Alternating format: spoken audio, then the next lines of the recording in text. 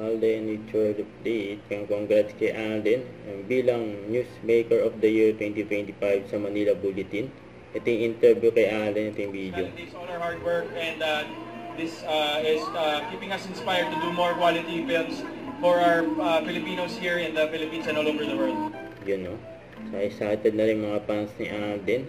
Narumahan pa si Alden sa Bench Fashion Show and Body of Work na gagawin sa SM Mall of Asia Arena sa March 21 yan. Ayan, save the date.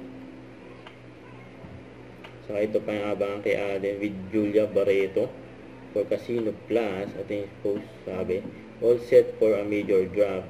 Alden and Julia all in sa isang big time na project na siguradong mapapawaw ang lahat. Abangan for Casino Plus. So, ito pa yung nakarang araw kung saan nag-jogging si Alden. Kasama sila Christopher Martin sa Barbie dyan sa Ayala Avenue. And enjoy si Alden mag-jogging. Don't forget to subscribe and click the notification bell for my update. This is Richard Reaction Live. Stay tuned for my update. See ya.